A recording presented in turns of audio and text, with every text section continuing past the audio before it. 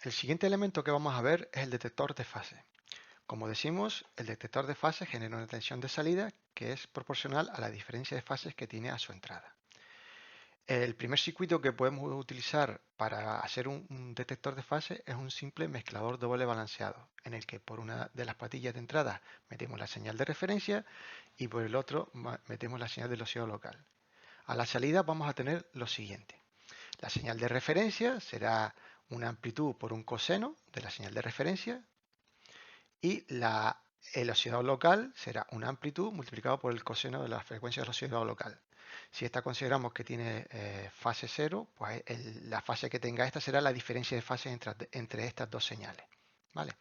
Pues bien, cuando hacemos la mezcla de estas dos señales, es decir, cuando hacemos el producto de estas dos señales, obtenemos esta expresión de aquí, que como ustedes saben aparecía la señal en la diferencia de las frecuencias y también la señal en la suma de las frecuencias.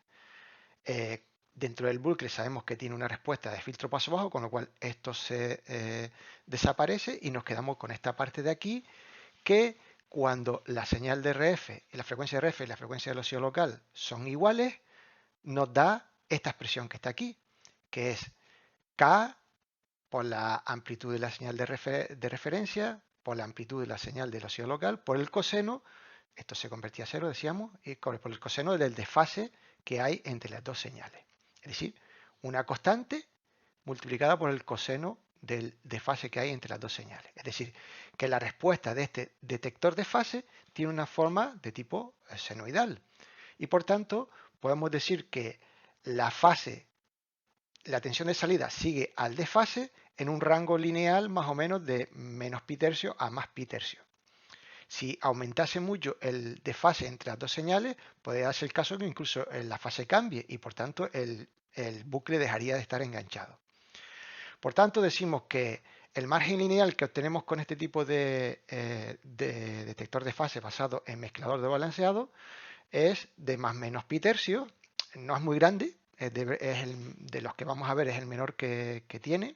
Lo bueno es que pueden trabajar a frecuencias muy altas porque al fin y al cabo podemos diseñar mezcladores que pueden trabajar hasta frecuencias muy altas, muy elevadas. Y otro problema que tiene es que la constante del detector de fase pues depende de las amplitudes de la señal de RF y de la señal del oscillador local, con lo cual eso también puede generar problemas. Otro detector de fase que podemos encontrar, que es mucho más sencillo de hacer, es simplemente poner una puerta OR exclusiva. De forma que por una de las patillas tenemos la señal de referencia y por la otra patilla tenemos la señal del oscillador local, la de salida del PLL. Entonces, la señal de salida va a tener la siguiente expresión, la siguiente forma. Por ejemplo, supongamos que esta es la señal de salida del oscilador, del PLL, perdón, y esta es la señal de referencia del cristal. La señal de salida, la VD del detector de fase, será 1 cuando las dos señales sean diferentes, porque recuerden, una hora exclusiva generaba un 1 a la salida cuando las dos señales eran diferentes. Y cuando las señales son iguales, pues genera un 0. Es decir, que cuando las señales son iguales, tenemos la señal 0 y cuando las señales son diferentes, tenemos un 1. Vean, por tanto, que en un periodo de la señal de salida obtenemos dos pulsos de la señal del detector de fase. Y eso es lo que está representado en esta expresión. La señal de salida del detector de fase es dos veces ese pulso que estamos viendo aquí, este pulsito de aquí, es que está entre T2 y T1, entre T1 y T2. ¿Vale? Esto es en el dominio del tiempo, si lo multiplicamos por la frecuencia angular arriba y abajo, pues no pasa nada. Y por tanto, si ponemos aquí omega como 2 por pi para t por t, pues obtenemos esto que está aquí. Esta t se va con esta t, este 2 se va con este 2, y lo que tenemos que es que la tensión de salida del detector de fase depende de la diferencia de fase de la señal de entrada partido por pi. Es decir, que tenemos una respuesta de esta forma que es lineal en un rango de pi, que va desde menos pi medio hasta más pi medio. Este rango lineal es mucho mayor que en el caso anterior. El único problemita, uno de los problemas que tiene esta detector de fase, que al ser una puerta lógica, pues ya no puede funcionar a frecuencias tan altas como un mezclador, pero bueno, pueden funcionar a frecuencias bastante altas. Y una ventaja es que aquí ya no aparece la amplitud, entonces la K del detector de fase no depende de la amplitud de las señales que tenemos a la entrada. Evidentemente, la señal de salida, vean que es en un periodo de la señal de entrada, tenemos 2 pulsos de la señal de salida y por tanto esto puede generar interferencia al doble de la frecuencia de referencia. Para mejorar lo que es el margen lineal, podemos hacer, en lugar de utilizar una puerta hora exclusiva, es decir, un circuito combinacional, podemos usar un circuito un pelín más complejo, un circuito ya que tiene un elemento secuencial, pero que mejora el margen lineal, pero también, como veremos, la frecuencia de trabajo va a ser un poquito menor. Ese circuito es el detector de fase-frecuencia. Este circuito está formado por un circuito que es un detector de fase-frecuencia y una bomba de carga. Esto es un circuito secuencial que hace lo que ahora le explico lo que hace. Y luego tenemos una bomba de carga que lo que hace es una fuente de corriente que inyecta corriente hacia la salida y una fuente de corriente que extrae corriente de la salida. ¿Vale?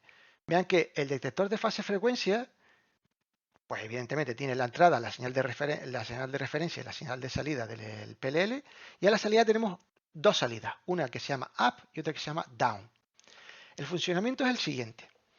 Cuando la señal de salida está adelantada con respecto a la señal de referencia, la señal up genera un pulso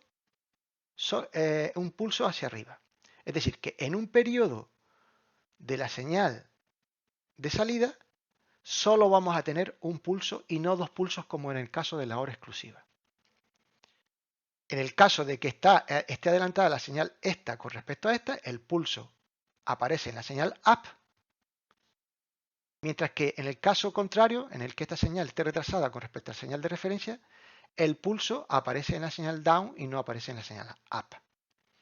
De forma que ahora tenemos dentro del periodo de la señal, solo tenemos un pulso, es decir, solo tenemos un pulso que es el pulso que hay entre T1 y T2, como decíamos antes. Multiplicando arriba y abajo por omega y desarrollando lo que vale omega en el denominador, que es 2 por pi partido por t, esta t se va con esta t, y lo que obtenemos es lo siguiente, que la señal de salida de este detector de fase depende de la diferencia de fases partido por 2pi. Es decir, que el margen lineal de este detector de fase es 2pi, en concreto va desde menos pi hasta más pi.